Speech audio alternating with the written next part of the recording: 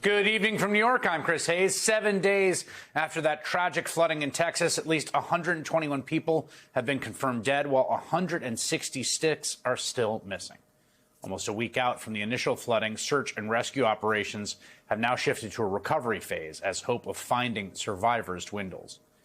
And with that horrible reality front of mind, we're starting to learn the ways in which the Trump administration failed in its response to that deadly flooding. According to an eye-opening new report, Secretary of Homeland Security Kristi Noem, the person ultimately in charge of the Federal Emergency Management Agency, or FEMA, delayed the federal response to that deadly flooding for more than 3 days, even as local search and rescue teams raced to find survivors. As you probably have noticed, Kristi Noem has been the center of a number of stories we've reported on, like the nearly 300 people the administration renditioned to a notorious prison in El Salvador, or the National Guard and Marines dispatched to the streets of L.A. and their show of force there, or the militarized ICE raids scooping up your neighbors across the country, or ICE agents arresting a U.S. senator and New York City controller. And throughout all those very serious stories, she has weirdly acted much more like a social media influencer than a cabinet official.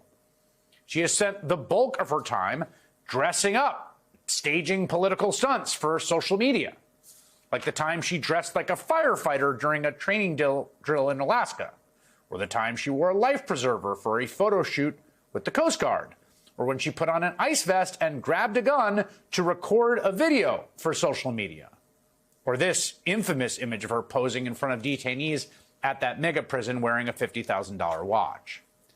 Kristi Noem is one of the most powerful people in the U.S. government. She has a profoundly important job and responsibility, and her tenure has been enormously destructive through the intentional dismantling of so much about the fabric of this country, but particularly our emergency disaster response infrastructure, which is, of course, critical to disasters like the flooding in central Texas.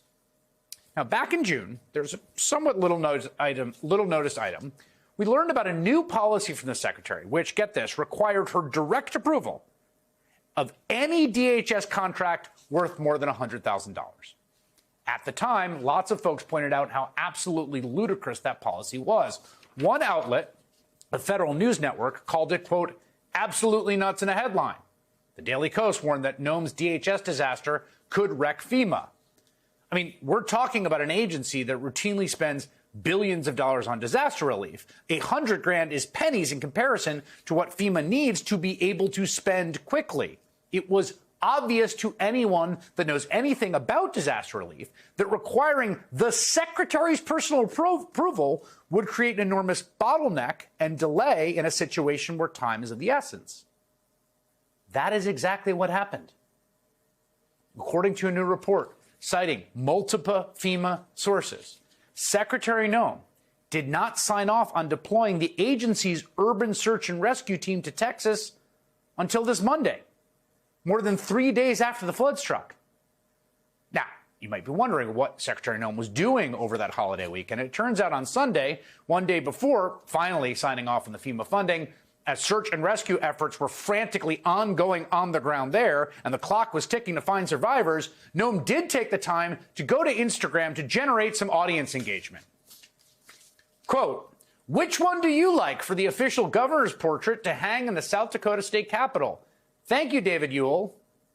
Which portrait of herself should be displayed in her old capital? This portrait of Noem on horseback?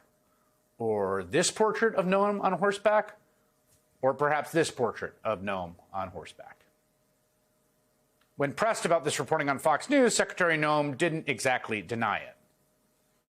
CNN is basically got a report accusing you of slowing the process. Yeah. Would you like to respond to that? Well, there you go. Fake news. CNN, again, is absolutely trash what they are doing by saying that, because our Coast Guard, our Border Patrol, BORTAC teams were there immediately. Every single thing I was on, they asked for, we were there. Well, that's not a denial, right? Because it was the search and rescue teams at issue, and it wasn't that they were denied authorization. It's that it came 3 days late. Noem probably doesn't need to worry about her job. I would worry about my own conscience, actually, but she doesn't need to worry about her job. Her boss thinks she's doing a, how would we call it, a heck of a job, to coin a phrase. In fact, her boss just spoke to NBC News' Kristen Welker about it. We don't have a recording, but here's the transcript of what he said when Welker asked, there are these reports that have come out that Secretary Noem I guess, had to have signed off on FEMA expenditures, and they may have delayed some of the response. Trump responds, quote, "I don't know anything about it. We were right on time. We were there. In fact, she was the first one I saw on television. She was there right from the beginning, and she would not have needed anything. She had the right to do it, but she was literally the first person I saw on television that morning when we all woke up and saw this tragedy that took place during the evening, and she was right on the ball. She's done a great job."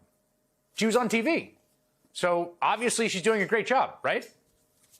So good of a job, in fact, that this week she canceled, listen to this, she canceled a $3 million grant that was dedicated to attempting to create a kind of state-of-the-art system that would be able to warn local communities quickly when extreme weather arrives, including in sort of granular detail about which specific areas might be subject to the highest risk. That is even though just a couple of days ago she conceded that our infrastructure is in need of an upgrade in order to give folks adequate warning ahead of natural disasters. We know that everybody wants more warning time, and that's why we're working to upgrade the technologies that have been neglected by far too long to make sure that families have as much advanced notice as possible. Well, they didn't have as much advance notice as possible, and the grant that was studying how to do it, you just canceled. The thing is, Secretary Noem fundamentally believes that the federal government, and by extension herself, doesn't manage federal disasters. So, not our problem. We as a federal government don't manage these disasters. The state does. We come in and support them, and that's exactly what we did here in this situation. New Jersey Senator Andy Kim is the ranking member of the Homeland Security Subcommittee on Disaster Management. This week, he sent a letter to Secretary Noem demanding the release of her plan for the current hurricane season, and he joins me now. Senator, I want to start with you on that last clip from the Secretary, which is in line with something that the President has articulated. It is a fundamental redirection here. They want to essentially get rid of FEMA and just take the federal government out of disaster response. What do you think of that idea?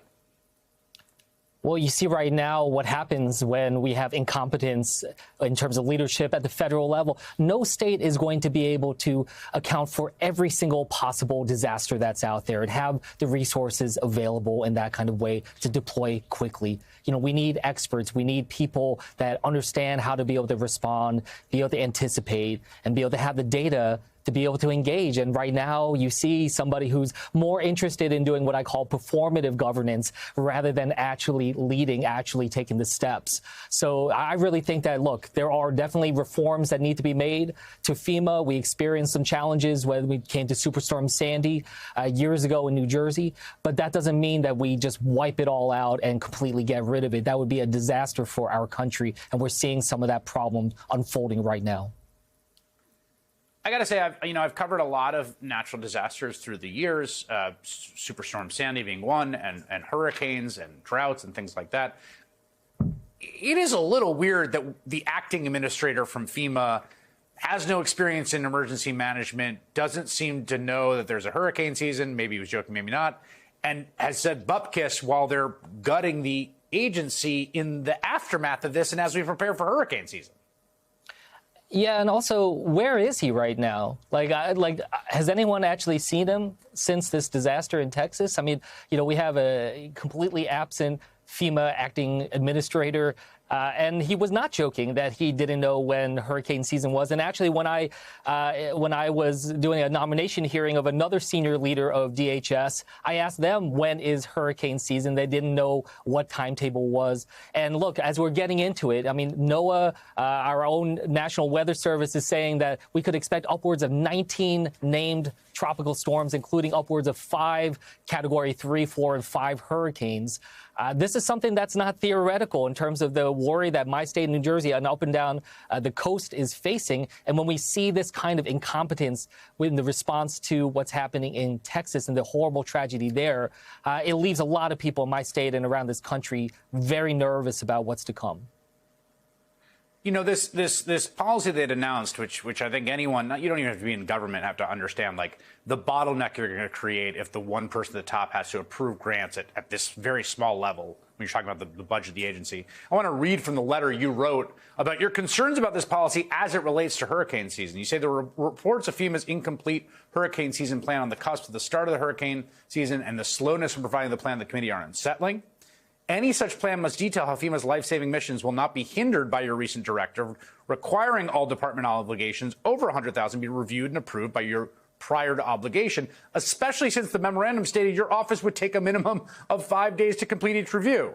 Yeah. This added layer of bureaucracy threatens to delay work that can mean the difference between life and death for disaster victims. Do you think, is this policy still in place as far as you understand it?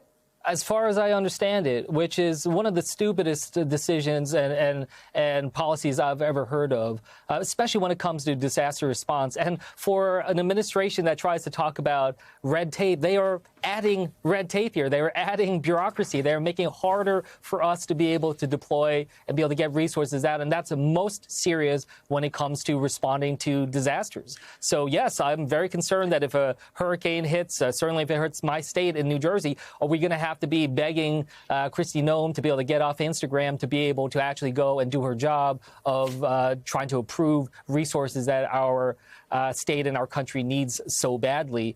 This is a terrible idea to bottleneck. We should be able to pre-position resources. We should give freedom for our disaster response experts to be able to handle this. You know, that is why we have this organization. And especially the minimum 5-day notice that it's going to take for them to be able to approve these, you know, that just shows how it's slowing everything down.